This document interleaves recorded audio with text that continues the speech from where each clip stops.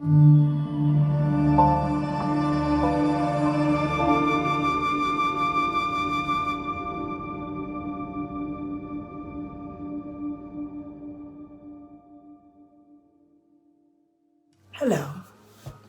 this is a story about a woman that became Balchuva. Actually, the woman was saying the story at a seminar for Balchuvas in Eretz Israel. So the story is called Cliffhanger. And so this is how it starts. She and her husband used to live in Eretz Israel, but they got this job offer for 1 year to go to New York, and they had to do their job in New York for 1 year. They had 3 little children, and they decided to go. They packed their bags, and they went to New York. When they got to New York, they enjoyed the day of Sunday because it was family day. In Eretz Yisrael, Yom Rishon, Sunday, is the same as any other day. So they decided to move to Eretz Yisrael, to New York, and they started enjoying it. They enjoyed it so much that they decided to stay a little bit longer. And what happened is Sundays was vacation day, was a family day. So obviously they were driving through the Catskills. And there the roads are very, very winding road. It started to thunder and lightning, as it does up in the mountains. And he was going a bit too fast. As he was going to make a left-hand turn by one of the cliffs, the car went straight all the way down the cliff. The parents did not wear a seatbelt. They had no seatbelts back then. And they flew out of the car. The 3 kids were trapped inside the car. The mother and father did not move. And finally the mother got conscious a little bit, and she looked around. She saw her husband, who was totally motionless, and she noticed the car, which was ready to go down at any moment. It was just barely hanging on. And she heard the kids screaming, "Ima, Ima, Ima." She knew that if she'd open the door, make any sudden noise, any sudden motion, the car would be gone, it would be done. But she was very careful, and she went to the front, and she was able to get 2 children out. But the infant, the little toddler, was way in the back. There's absolutely no way she could reach that toddler. She tried, and the toddler kept calling Ima, Ima. And she tried to go over and she couldn't. She went back outside. She tried to open the back door, but it wouldn't budge. It was so damaged and so crushed that you couldn't open it. She goes back in, and she reaches out for the child. And she has no idea. She knew she couldn't reach the buckle to get that child out. The child was in her lap. How did the child come to her lap? She has no idea. She took that child, and she took that child and quickly went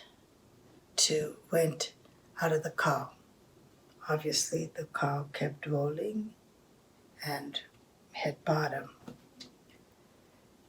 She put the toddler with her two other kids so they'll be safe. And then she went to her husband. She goes to see what the situation is, and he's motionless. He's not moving. With that shock, she fainted again, and she just fell down. Again, she woke up to her kids screaming, and this time the kids were screaming, "Abba, Abba, Abba." And she saw, when she woke up, that there was a man limping coming towards them. Now, obviously, this man is not Abba, but the kids, from far away, to them, it looked like Abba. So the man said that he also skidded off the road, and he was looking for help, and he noticed this whole family here, so he came to help. He went back up the road and got the ambulance and took everybody to the hospital. The mother had a tremendous amount of different operations on her face because it was so distorted, her face. She stayed in the hospital for almost 3 months. Her husband did pass away. After 3 months, while she's still in the hospital, she decided, I'm not staying in New York anymore. I'm not staying in United States anymore. I'm going back home to where I belong, and I'm going to be religious. I'm going to keep Shabbos. I'm going to keep mitzvahs. I'm going to put my kids into religious schools because before they were in secular schools.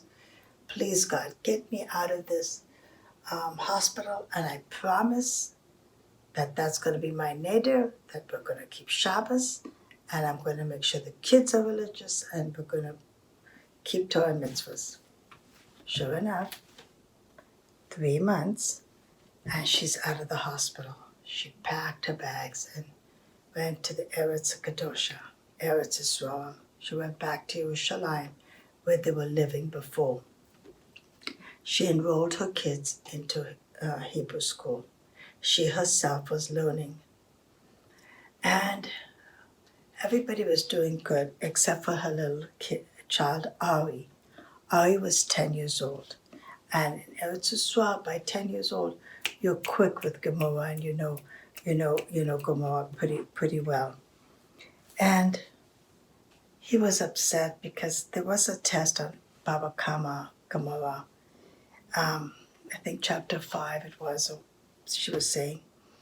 And the boy was so upset because he was so successful in the secular schools that here he came to a religious school. And even though the rabbis are helping him and know him, but how do you catch up 10 years of learning Hebrew and learning, in just a few months? So he was really sad. And the mother said, listen, the rabbi knows you're trying. I know you're trying. Just do your best, that's it. And the boy wasn't very happy eating supper or nothing. He just wanted to go study his Gemara. And before going to bed, she checks on all the kids. Sure enough, she opens Ari's bedroom, and Ari's still studying over the Gemara. She gave him a kiss, and she said, Ari, I'm very proud of you. You're amazing, and it's going to be okay. And she left him and went to bed.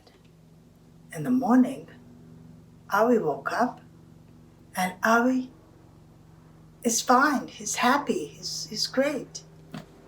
And she says, Ari, did you have a restful night? And he says, yes, Ima, I did.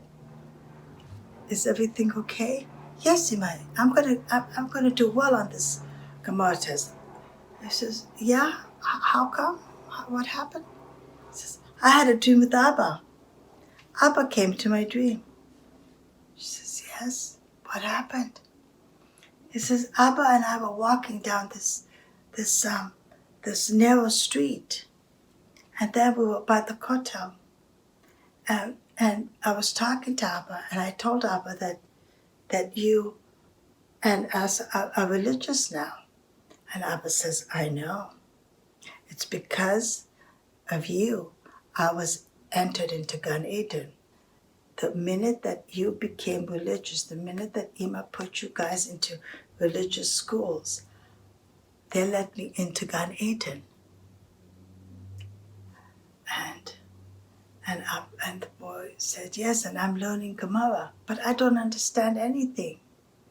And the father says, the same Gemara you're studying down here, I'm studying up there. Come, I'll teach you it. And the father and son, in his dream, learned this Gemara. And Abba taught me the Gemara. And then I woke up. Really? Okay, good luck on your exam. The boy came back from school. He got 100%.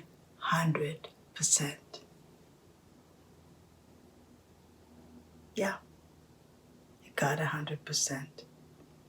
The Rebbe also asked, how did this happen? He knew nothing 2 days ago. He takes the test and he gets 100. How?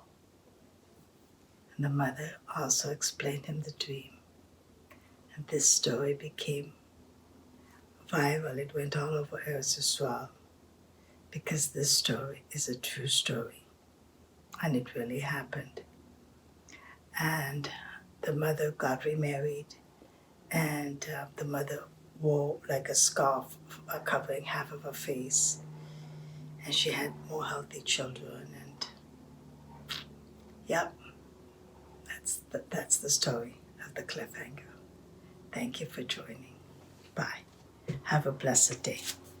And enjoy life, because it's beautiful.